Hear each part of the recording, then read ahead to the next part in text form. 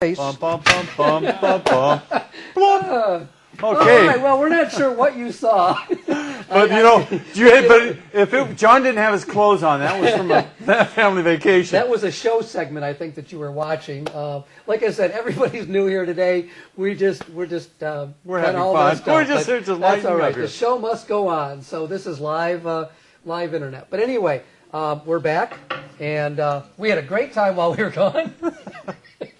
This is the Lobo table saw, and this is a great table saw. And before we get into it, though, Yes. a couple things I wanted to Now, talk wait a minute. about. Why don't we talk about that when we bring the other saw up that had all the rust on it? Because we're going to be talking about the modulus thing then. But then they'll see it then. All right. But part of really having your table saw staying in tip-top shape is both of these products are really fantastic. I'll let John talk about that one, and I'll talk about this one. Okay. This can is pretty well emptied, but the reason why we pretty well emptied it is, and I mean, it's been used quite a bit, but we've actually used this for the modulus segment. We brought my Delta contractor saw, and I've used it for years, and it's sat in my shed for the last... Of course, when Ken told me he was going to bring it in, he didn't tell me that he hasn't used it in 10 years. Two years. In 2 years, it would be covered with rust, and it would be froze up. But in just about 10 minutes, would you say? That's right. 10 minutes and a little bit of strike hold. And I was panicking. But it just ran like a charm. Right. So the strike hold did what? Well, the strike hold did a couple things. One, I think everybody will be amazed, and you'll see it in the next segment. It removed all the rust off of the cast iron top. Okay. It also took the main spindle bearing, had just froze up, not from being used, Right. but and we couldn't even hardly get it to turn. Sprayed this on it, it soaked in a minute or two, and it just started to spin as freely as ever. It makes a little bit of noise, but it's still... Yeah, but I mean, we know that, if you use it for a few minutes, it'll work really well. Right. So this is just a great thing to use for all your electrical connections, all the moving parts. It'll seal, protect the metal, and if you get any rust on it at all, and it's easy to do here in Florida because it's just such a humid environment, again, 10 minutes of work and the saw is just absolutely in fabulous shape again. So that was great. But once you get it to where you want it, then the next thing you're going to use is... Then you're going to use top coat. Top coat actually works very well. You just spray it on, and we put it on this surface here, and it gives you a nice slick surface on here, and it doesn't gum up onto your whatever you're sliding it across. A lot of guys will use paste wax and things like that, but this is quick. It's easy. You can spray it on, let it dry, wipe it off. No silicones, right? No silicones, I don't believe. No. No? Okay. And what else does it have? What else is it great for besides the saw? Oh, it's great for saw blades. Exactly, saw blades. It dries in seconds. No petroleum oils or silicones. So it reduces friction. I mean, you can use this on anything that slides, drawer slides. You can put it on the rail here for your T-square going back and forth to lock down. I don't know, whatever you want. Hinges, anything. And again, one of the great things that this will do, and the thing I was really trying to toss John's way was on your saw blades, especially if you do woodwork, because you tend to get a lot of pitch that forms on the blade. True. And once you get pitch on the blade, all you woodworkers know, that immediately generates a lot of heat. Right. It elevates the level of friction. It creates heat in the blade. Once you've done that, then you've really retarded your cut and also deteriorated the quality of your cut. Right. You're just pitiful. And you don't want to be retarded. So But no, actually what it does is it helps the product, or the pitch and what have you, it helps it to not stick to the metal more than anything. Yeah, so it's a fantastic product. So again, it'll help in the maintenance and the performance of all your tools that you use in the shop. And again, not just a table saw, but again, anything that you slide on, anything that cuts, anything, it'll help immensely. But with that lead-in, we're really excited here. Lobo is something that has been on the market for quite a few years. Right. I don't know how long exactly.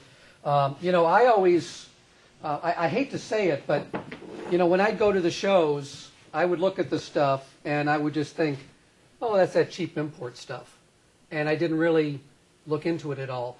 I'm not talking about Lobo, of course. No, well, actually, when I saw any of the imports, I mean, it was like, here's all this stuff, and it just looked like inexpensive imports. And we started to look at Lobo at the shows, and when we actually started All About Tools Live, we had asked Lobo to send us a table saw, and actually it's been on the set here for a year now, and we never really got around to doing much with it because we were so busy with other things. But we took it out of the crate, we cleaned it up, got all the cosmoline or whatever it is off of it, and this is a great saw. It's heavy. It is really heavy. I don't know on the specs here, Ken. It comes in either 10, 12, or 14 inch. Right. It comes all the way, starting with this one. It starts with a, I believe this one here is a single phase 3-horse motor. Yep. It is also available as an optional 5, 3-phase 5. Again, this is a 10-inch blade on it, but you can go all the way up to a 14-inch. I believe it's a 14-inch. Oh, I'm sorry, all the way to a 16-inch, right, which is really a monster table saw. As far as the arms go, all the saws come with the same arms. Whether you get their small saw like this, it still comes with incredible arms on this thing. This is the sliding. Now, obviously, in your shop, you'd probably build a table into this void area here. But it's all prepared for that. The bolt holes are already in place, so you can bolt right to the rails. And it has a T-square type fence. What's really neat about this is the base is all welded. It's not bolted together. It's solid. And it has a sealed floor in the bottom. Right. Let me open it up here, and we'll probably. Really can't see inside though, can you? No, but what we'll do is just show the motor housing and what have you. Let's just spin this here. I mean, this thing is a monster. I mean, there's no doubt about it. You can see the motors hanging here. Now, what you can't see is this is a 3 pulley system. Mm-hmm. So there's 3 pulleys on the belt, and the floor is actually pitched in the bottom since it's all sealed, so that the sawdust goes down to the dust collection hole, which Correct. is really nice. And that's one thing that you noticed right away, which most of the other saws have a flat bottom on them. And I can't tell you how many times I've opened the front of a unisaw, took the door off, and had to dig all that sawdust out of it, where this just is channeled right into the dust collector, which is really, really nice. Yeah, and I think, most guys, or at least I know in our case, we had a unisaw, and, the unisaw, there is no floor there. So when we would go to clean it up, everybody takes basically a dustpan or a small cinder shovel, and you're just scooping everything out of there, just constantly trying to clean out. But it's a job everybody hates, and you wait till the dust is all up around the motor housing itself, and it's just, the saw is almost inoperable because you've got such a mess on your hands. So it was refreshing to see, again, an import saw, which, and I admit, I was surprised like John, the body on this thing is really put together well. Oh, yeah. Extremely well. And it's got a very heavy cast. Oh, you lost your sound. Now, one thing that's nice, too, about this fence, as you can see, it will either cut to the right or to the left of the blade, which is another really good benefit as far as flexibility. And you can see it's set up from the factory with the fence to cut either way. Okay. The dials are the wheels are large. The raise and lower works real easy. It's very positive. Has a lock on it. From 0 to 45 like any other saw. Off and on switch. It's just very heavy duty. One thing that's really neat about this, and I don't know if maybe from up there you might be able to zoom in on this lens. It's kind of hard to see, but I know as you get older, I liked it a lot. It's really neat because it's a magnifier, and when you look at it, it's exactly that. It's magnified. The tape is in inches and in metric. But this thing is really nice. It just makes it easy to see the dimension. And again, it's a very clearly marked line. And one of the great things, and John did point it out, and I think it's really worth pointing out again, the tape on it is both metric and standard. Right. And that is a real plus because most times it's either just one or the other. And for a lot of cabinet guys, you want it in metric, but for most of us non-woodworking types, just give me inches, because that's what I know. Now, your miter gauge is pretty much standard. I mean, it's but just a miter gauge. Extremely heavy. Very heavy duty. Everything's heavy duty on here. Yeah, this is no inexpensive or poorly built saw. It's not a small cast aluminum thing. That's all heavy iron on it. Again, a good tight locking mechanism on it. It comes with a insert for a regular saw blade. And then it comes with an insert for a dado set, which is real nice. And again, look how, just to show you real quickly, if you want to see how heavy this is cast, John, grab the one off my Delta saw just for a second, just to show people, give you an idea of the difference between the two. Here we'll do a matching one. This is, again, a very typical Delta blade cover, but you can see, look at the difference here. Just very heavy cast metal. You're not going to get any deflection in this. Oh no, not at all. It's just, I mean, it's a lot of money here, a lot of great value. Plus, it's got the hex nuts for setting the height of this, so you can raise and lower this and get it precisely right where you need it. Now, I know everybody knows how a table saw runs, but we'll just go ahead and make a quick cut on here. A lot of guys just like to see it work, so we'll just cut a hunk of melamine here. A hunk? A hunk. Shall I get this on? Yeah, sure. Turn our dust collector on. Oh, right. You'll have to open the gate. Yeah, I got to open the gate way over here. There you go. Look at that. There you go.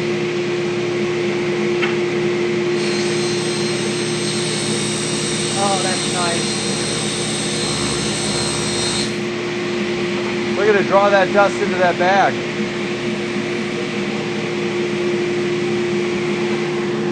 Very good. Boy, it shut off when you killed the saw, too. Yeah. Now, Automatic.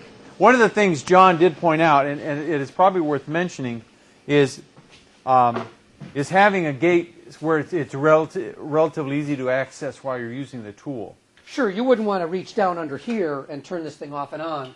So actually what you'd want to do is have this flexible hose going to a connection on the wall, and your gate would be right there. And you would just pull the gate and walk over to your saw and turn it on. I think it's a great saw. It's got plenty of power. It's well built. The cast iron is nice. It was nice and level when we put it together. It cleaned up really well. The fence slides back and forth very nicely. It's 72-inch standard to the right. Yeah, it is. It's an incredible saw. It comes with a standard either 5/8. Now this one comes with a 5/8 arbor.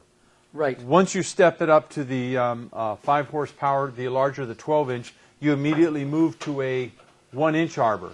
Now, one of the things that I know that John's always taken great care to point out, and I try to make sure that people are aware of, is remember, once you've gone to a 1-inch arbor, though, and a lot of people say, oh, gee, I want the 12-inch saw just because it's the old bigger is better kind of thing. Right. But remember, the minute you go to the 1-inch arbor, 12-inch blade, you've really elevated the cost of keeping that tool running. Oh, absolutely. The blades cost more on a regular basis.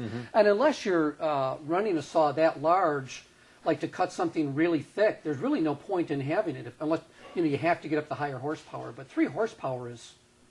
And remember, a 10-inch blade will give you a 3-inch high cut. That's right. So unless you really need that really large, substantial depth of cut, almost always a 10-inch saw will really do the job for you. Right. So, again, unless you're really prepared to go to that higher expense of your blades, you really want to look at the 10-inch blade.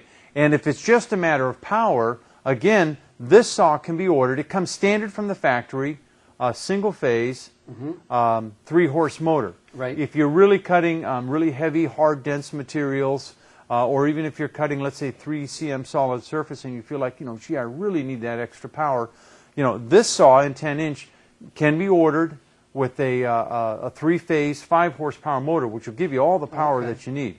So, that's... How do you know that? It's not in here. Because I know that. You just happen to know that? I research these things. Okay. Now, Lobo carries a full line of woodworking tools. From the normal shop setup, like a bandsaw, planers, joiners, things like that, on up to big machinery. They have some huge machinery on their website. But we're concentrating on the small shop stuff, the bandsaws, sanders, planers, things like that, and the table saws. But if you look at the Lobo line and you're interested, you can get any of it through Specialty Tools. And of course, one of the things about Lobo too, and we hope to have a new piece of tool maybe every other show or so. If we can get them to send us something. That's right, and we're hoping to show you. Hope you're listening tools. out there. But we really want to show you the tools. I mean, the kind of tools that you guys typically ask for to see: the bandsaw, you know, a joiner shaper, Right. you know, power planer, those types of saws that really fit into the small shop environment. Right. That guys would typically use. So again, a very simple machine, very common, and for the cost, when you look at it heads up against some of the more common saws in there, again, like the Unisaw is what I think of, because that's the saw that I used for so many years. You know, I think in most cases, if you told me, oh, you know, look at a Lobo, I would say, I don't know, I'm not sure, because, you know, I really like the Unisaw. There are just some features about this that just really blow me away, and one of them has to be just the box that this thing is in. Again, with the tapered drawer, the biggest thing is controlling dust with a table saw and really evacuating it out of there. And this is probably the most efficient evacuation system I've seen, especially combined with something like the JDS Dust Force. Right. So really excited about it. Really excited about what this tool can offer. All right. So anyway, what we're going to do is when we come back here in a few minutes, we're just about at our next break. When we come back here in a few minutes, we're going to be going over the Modulus unit. modulus unit, which... And I don't think anybody's ever really covered the modulus unit as far as showing it on a video or anything like that. It's really a nice unit. We've been selling it since 1986, and I just think it's an awesome unit. You'll see in just a few minutes. So we're really excited about it. We'll With be that, back. we're ready for a commercial, so see you in just a few minutes. Okay, now? This is a quick lock. This is a cord lock designed where's to it be made? made in Canada, designed to be used on an extension cord, and it eliminates the problem of having to do this with an extension cord on the job. Any plug, 3-prong or 2-prong, actually plugs right in here, but it actually engages, and when you push this in, it locks onto the extension cord, and it stops it from coming out. Now, this is great in both home use for an electric lawnmower, for instance, on the job site. Just feel how strong that is, Ken. One of the things I've noticed about this, you know who two of our biggest customers are? Who's that? Nuclear power plants and the government. The U.S. That's government. true. That's true. Do we charge the government more for those? No, but we charge the nuclear power plants less, just to make sure they have them. So if you have a power failure, it wasn't because they've got the plug in their extension cords. Right. It really, it has a lot of holding power. You can gang up several extension cords to pull it to a job site, pull it up a ladder, and it doesn't get stuck on all the rungs or up a staircase or what have you. It would take a lot to make this fail, wouldn't it? Actually, the manufacturer says that it takes 300 pounds of pull. So I've rigged up a little device here if you want to lower the table, and we're actually going to do this. And now remember, folks, this is live, and you don't do this at home. And this might be one of these things where my wife says you probably shouldn't have done that on the show. We do have an ambulance outside. Yes, we are going to try this. What we've done is we've hooked a quick lock up to an extension cord. This is a 12-gauge cord, and we're going to apply it in here, and it locks hard. Okay. Cut the other end of the extension cord off. Ken is going to lower the table slowly. This table, by the way, is made by Marcon, and this is a great fabrication table, but we will talk about that some other time. So here we go. Hope for the best. Look at that. Isn't that great? Do I have to raise the table Talk back? about that. No. Actually, while I'm hanging around, we'll actually pull. The cord didn't come out. I think our cord kind of moved. Anyway, while I'm hanging around here, we're going to set up for our next set, so stay tuned and we'll have some more for you.